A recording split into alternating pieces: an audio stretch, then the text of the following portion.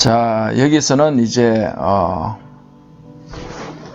3D 프린터에 맞는 재료에 대해서 이제 쭉 액체, 고체, 분말 이렇게 나눠서 하는데, 자, 여기 보면은 고체, 분말 이렇게 있는 것은 뭐냐 하면은 덩어리 소재가 고체가 있다 그러면은, 고체는 어떤 게 있습니까? 메탈, 세라믹, 폴리머 전부 다 해당이 됩니다. 요 세 가지 종류 모두가 해당이 되고, 요걸 이제 덩어리 소재를 약간 덩어리 형태로, 벌크 형태로 사용하는 게 고체, 그 다음에 이게 분말로 만들어서 파우더 형태로 하는 게 분말, 이렇게 나누고, 그 다음에 액체 형태, 광경화성 수지, 포토폴리머 같은 거, SLA 타입 같은 거, 이렇게 해서 지금 또 전 세계에서 굉장히 많은 종류의 3D 프린터가 개발되고 있습니다. 사실 3D 프린팅 하면은 그 장비 메커니즘은 그렇게 어려운 게 아닙니다. 지금까지 그거보다 3D 프린팅보다 훨씬 어려운 머신링 센터 5축이라든지 그런 것들이 이미 다 나와 있기 때문에 그런 것들은 그렇게 어려운 게 아닙니다. 간단히 설명드리면은 베드라든지 공구에서 X, 어떤 Y, G축이 있다. 그러면은 여기에 맞는 어떤 모터, 회전을 할 수 있는 모터를 설치하고, 서버 모터라든지 어떤 저가용은 스텝 모터 이렇게 쭉 설치해서 어떤 기구학적으로 어떤 회전 운동을 직선 운동으로 움직이게끔 하는 기구들은 다 많이 나와 있습니다. 그런 것들은 기구적으로 설계하는 건 어려운 게 아니고, 그 다음에 요걸 이제 하기 위해서는 NC 코드가 있는데, 요걸 읽고 그 다음에 정보 처리할 수 있는 어떤 PCB 기판 있잖아요. 메인 보드가 있습니다. 메인 보드가 필요하고, 그 다음에 여기에서 이제 어떤 인풋 같은 거, NC 코드라든지 어떤 지령을 내리고, 그 다음에 어떤 터치 센서라든지 여기에 신호를 받아들이고 처리해서 다시 또 보내고 하는 이런 일련의 시스템은 이미 다 나와 있습니다. 다 나와서 쉽고, 그 다음에 FDM 타입 같은 경우에는 랩 같은 경우에서 어떤 구동할 수 있는 오픈 소스 코드 전부 다 오픈 다 되어 있습니다. 그래서 사용하시면 됩니다. 그렇지만은 무엇보다 이게 3D 프린터를 사용하는 영역이 앞에서 보셨지만은 음식도 있고 국방이라든지 어떤 생활용품 다양한 분야에서 다 사용하려고 하니까 그 재료에 맞는 3D 프린터를 만드는 게 어렵습니다. 예를 들어 가지고 어떤 음식이라든지 어떤 초콜릿을 이렇게 쭉 하겠다 그러면은 초콜릿에 맞는 어떤 이런 노즐 구조라든지 저런 것들을 특화시켜서 만드는 것들이 힘든 부분 중에 하나고, 그 다음에 3D 프린터를 만들었다 치더라도 이러한 재료, 3D 프린터에 적합한 재료를 또 만드는 게 또 비용이 많이 들고 또 힘든 기술입니다. 그래서 이렇게 이제 보여드리고 다음으로 넘어가겠습니다. 자, 그 다음에 이것은 이제 3D 프린팅 방식을 이제 분류해 가지고 여기는 이제 재료가 이렇게 쭉 있고, 그 다음에 방식이 이렇게 쭉 있습니다. 방식이 있는데, 자, 우리 재료 중에 보면은 폴리머 중에 플라스틱 왁스가 있습니다. 모래라든지 종이도 폴리머네, 그죠? 세포도 폴리머고, 이게 모래는 이게 세라믹 종류고, 세라믹 금속이 있습니다. 있는데, 자, 여기 중합 과정을 거친다 그러면은 중합. 자, 여러분들이 이게 말이 좀 어려운데 이걸 간단하게 이해는 잘 안 되겠지만은 좀 설명을 간단하게 해드리고, 혹시 시간이 되면은 나중에 좀 더 심도 있게 말씀을 드리도록 하겠습니다. 우리 여러분들이 일상에서 보고 있는 대부분의 플라스틱 수지, 플라스틱들은 대부분 중합 과정을 거친 겁니다. 자, 중합이라는 것은 뭐냐면은 모노머 혹은 뭐라는 여기 한글로 하면은 다리체 혹은 단량체라고 이렇게 이야기합니다. 요건 뭐냐면은 우리 폴리머는 탄소를 이렇게 백본으로 해서 여기 뭐 수소도 있고 염소도 있고 다양하게 있는데 요 간단하게 C하고 H로 탄소와 수소로 이렇게 구성된 하나의 단위체를 모노머라고 합니다. 우리가 모노라고 이야기하면은 하나라는 뜻이죠. 모노로그 하듯이 하나고, 그 다음에 이걸 여러 개를 쭉 겹치게 요 똑같은 걸 계속 반복해서 계속 붙입니다. 이렇게 저 H가 이렇게 쭉 이렇게 붙습니다. 이렇게 쭉 붙는 걸 이렇게 붙은 걸 요게 폴리에틸렌입니다. 폴리에틸렌인데 가장 단순한 구조입니다. 그러면은 모노머를 이렇게 많이 붙이는 걸 이게 폴리머라고, 뭐라 그럽니다. 폴리는 많다는 거죠. 폴리곤 하면 다각형 하듯이 그리고 그 다음에 요거 단위체에서 모노머에서 폴리머를 만드는 요 과정을 폴리머라이제이션이라고 이야기합니다. 중합이라 그래요. 중합. 자, 좀 더 약간 좀 비유해서 설명드리면은, 자, 클립이 이렇게 있습니다. 클립. 각각에 떨어진 클립이 있다 치면은, 요게 하나의 모노머라 생각하면은, 자, 어떤 중합 과정, 어떤 요 과정을, 프로세싱 과정을 요 집어넣어 갖고 나오면 어떻게 되냐 하면은, 요게, 클립이 이렇게 연결되어 있어요. 이렇게 연결되어 가지고 있는 걸 뭐라고 하냐면은 폴리머 체인이라는 말을 합니다. 폴리머가 체인같이 형성됐다. 이런 것들이 다 형성이 되어 가지고 이제 우리 플라스틱을 다 유지를 합니다.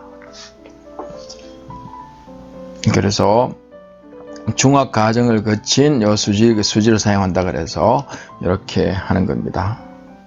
여기에는 이제 광경화성 수지도 있고 열경화성 수지도 있습니다.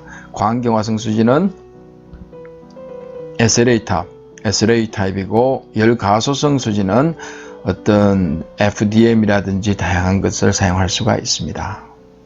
그 다음에 분사 넘어가고, 그 다음에 분사를 할 수 있다는 것은 여기에 분사 요 재료를 다 커버한다는 겁니다. 원재료 혹은 바인드를 분사한다는 거죠. 그러니까 원재료 분사하는 것은 뭐 있습니까? 예를 들어서 레이저 클레이딩이라든지 하면은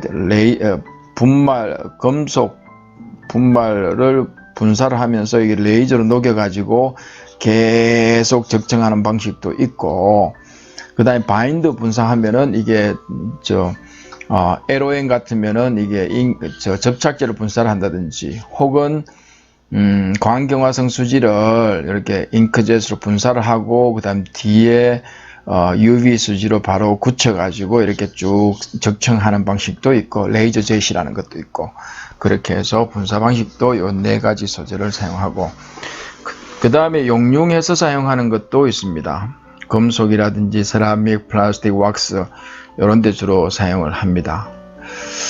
자, 이게 저용융점 같은 경우에는 플라스틱 왁스 같은 경우에는 상대적으로 저용융점이기 때문에 FDM이라든지 그런 것들을 쉽게 할 수 있고, 그 다음에 금속 같은 경우에는 용융을 시키는데, 이게 우리가 철 같은 경우 이거는 순철은 1530도씨 이 정도 올라가야 용융이 되잖아, 그죠?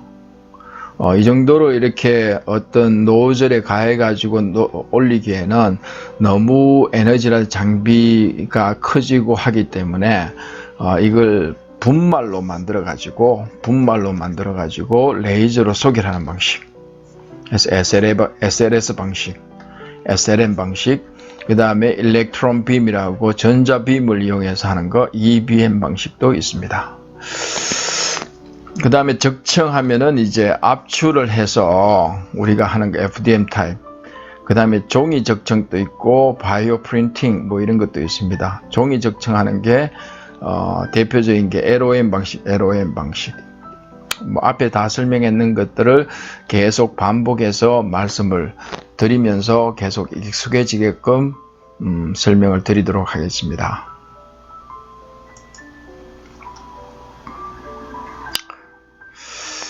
자, 그 다음에 액체 재료를 가지고 액체 재료를 이렇게 우리 3D 필요한 고체 재료를 만드는 방법에 대해서 말씀을 드리겠습니다. 자, 어떤 액체 재료라면은, 자, 액체 재료. 여기에서 이제 하나의 방법이 한 가지, 열을 이용하는 게 있고, 광을 이용하는 게 있고, 그 다음에 화학적인 반응에서 경화제를 이용하는 방법이 있습니다. 자, 열을 이용한다는 것은 우리가 대표적인 게 3D 프린팅에서 FDM이죠. 그리고 그 다음에 요걸 보면은 이런 프라모델이라든지 이런 장난감 같은 이런 걸 하는 거는 전부 다 이게 플라스틱을 이용하는데 열을 가해서 대부분 다 열가소성 수지를 이용합니다. 열을 가하면은 유동 상태가 되는 수지를 이야기합니다. 그리고 냉각되면은 딱딱하게 굳고, 그래서 이런 것들은 이제 대량 생산을 하기 때문에 보통 이게 사출을 통해서 합니다. 사출을 하는데 사출에 필요한 틀이 사출 금형이라고 이야기를 합니다. 그래서 이거 대량 생산하면은 무조건 금형이 다 소요가 됩니다. 금형에는 종류가 굉장히 많습니다. 만약에 뭐 차를 한 대 이렇게 있다.